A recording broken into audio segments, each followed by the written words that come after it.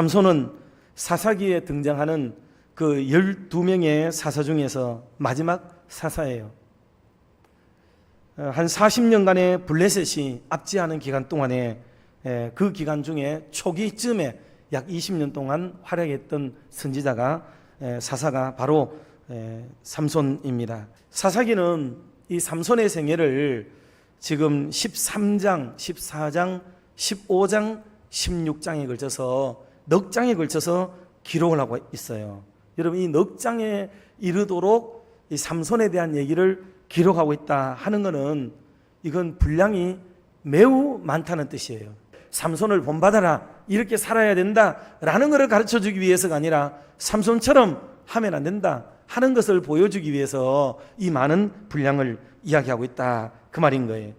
그러면 이 삼손이라는 사람이 어떤 사람인지에 대해서 말씀을 한 3가지로 조목조목 나누어서 드리도록 하겠습니다. 첫 번째로는 소위 오늘 우리말로 금수저로 태어났다 하는 것을 알 수가 있습니다. 삼손은 그의 배경이요, 이건 완전히 금수저예요. 삼손이라는 이름 자체는 작은 태양, 그런 뜻입니다.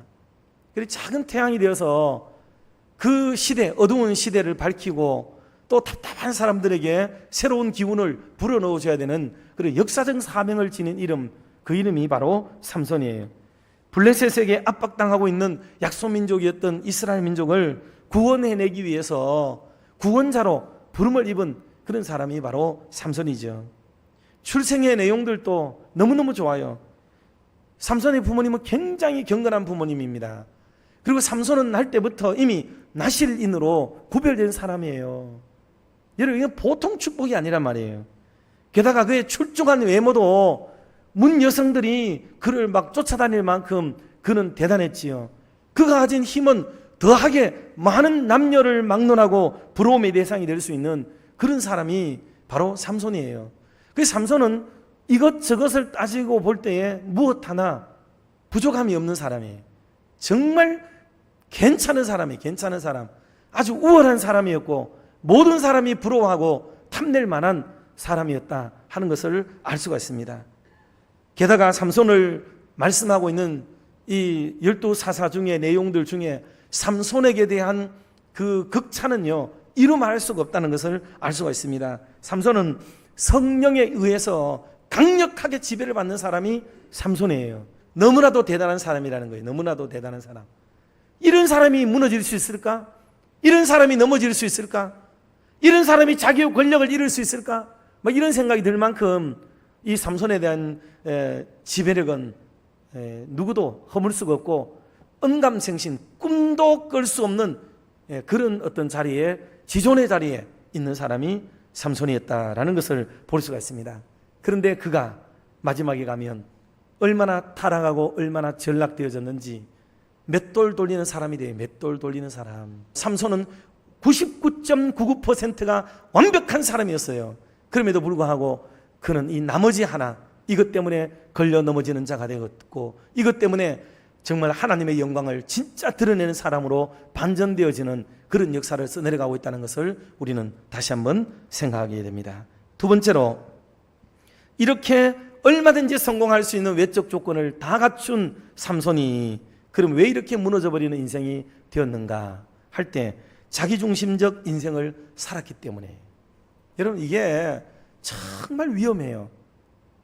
우리는 자꾸 신앙을 뭘로 생각하느냐면 내가 가진 가치관과 중심을 하나님이 도와주셔서 내 인생을 잘 사는 것을 신앙으로 여기고 있습니다. 아니에요. 그걸 뭐라고 그러냐면 이거는 미신이라고 하는 겁니다. 여러분, 정확히 이해를 하세요. 신이 와서 나를 도와주어서 내 삶이 윤기나고 풍성하고 잘되고 형통하고 복되고 잘나가고 이렇게 되는 거 있죠. 이거 전부 미신이에요. 미신, 샤머니즘이에요. 그럼 기독교는 뭐냐?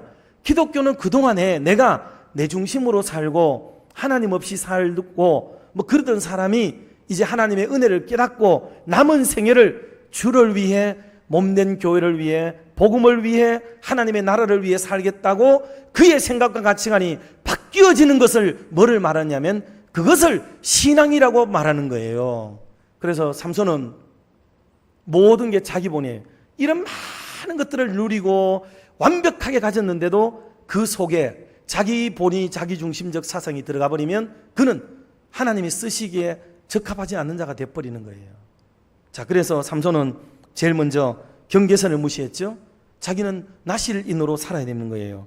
그리고 포도주를 금하고 시체를 만지지 말고 머리에 삭도를 대지 말아야 되는데 그는 자기 소견대로 판단합니다. 이 사람은 법을 지켜야 될 뿐만 아니라 법을 지키도록 해야 되는 사람이에요.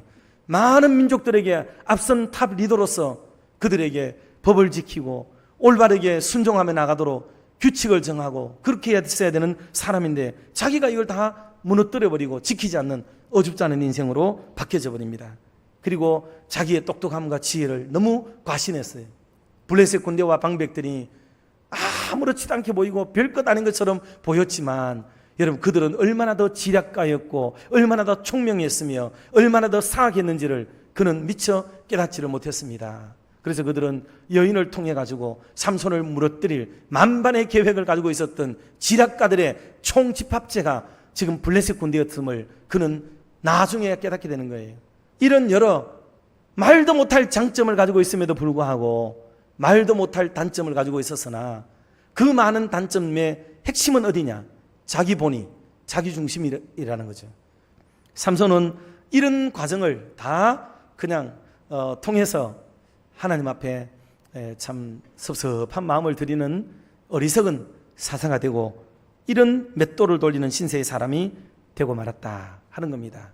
자, 마지막 세 번째로, 그러면 이런 삼손을 하나님은 그대로 내버려 두셨는가 할 때 아니에요. 하나님이 그에게 새 힘을 공급하시기 시작을 했습니다.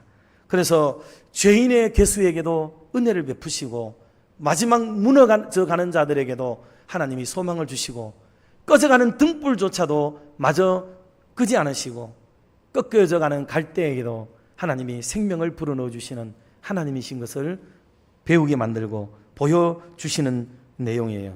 여러분, 우리는 살아가다가 보면 말로는 이 모든 게 하나님께로부터 왔다고 그러지만 대부분의 생애에서는요, 절대적인 시간엔 다 이게 내가 벌고 내가 수고하고 내가 애쓰고 내가 오늘 여기까지 오기 위해서 얼마나 애를 쓰고 간을 태우고 억장이 무너지고 그렇게 내가 여기 왔는지도 아느냐고, 우리는 결국은 그 힘을 더 강조하지 하나님이 주신 것을 더 강조하는 줄 아세요? 그거는 어쩌다가 대화 속에 마지못해 그 립 서비스 하듯이 하나님께 그래 영광을 돌리는 정도에 불과하고 실제로는 내 수고와 헌신을 더 많이 이야기하는 게 우리의 인지상정의 모습이다 하는 것을 알 수가 있습니다. 아직 남아있는 것이 우리에게 있습니다. 하나님이 계십니다. 하나님이 계시면 오늘 우리에게는 여전히 희망이 있고, 하나님은 우리에게 완전한 사람만 기대하지 않습니다. 온전한 사람만 기대하지도 않습니다. 살다가 좀 부족하고 연약하고 눈이 뽑히기도 하고 5달란트를 받았으나 1달란트밖에 사용 못하는 어줍지 않은 인생처럼 보여도 하나님은 우리를 여전히 사랑하시고 끝까지 사랑하시고 우리가 다시 한번 힘을 얻고 용기를 내고 실수투성이의 우리들, 범죄투성인 우리들, 부족함투성인 우리들도 우리를 다시 고쳐 쓰시고 새롭게 하셔서 하나님의 영광의 도구로 사용한다는 것을 꼭 기억을 하시고, 이 반전의 은혜, 반전의 역사, 하나님의 손에만 붙들리면 우리에게는 아직은 희망이 있다는 것을 꼭 기억하고 남은 생애 동안에도 주를 위해, 복음을 위해, 하나님의 나라를 위해 멋지게 한번 쓰임받는 은혜로운 성도님들 다 되시기를 주의 이름으로 축원합니다.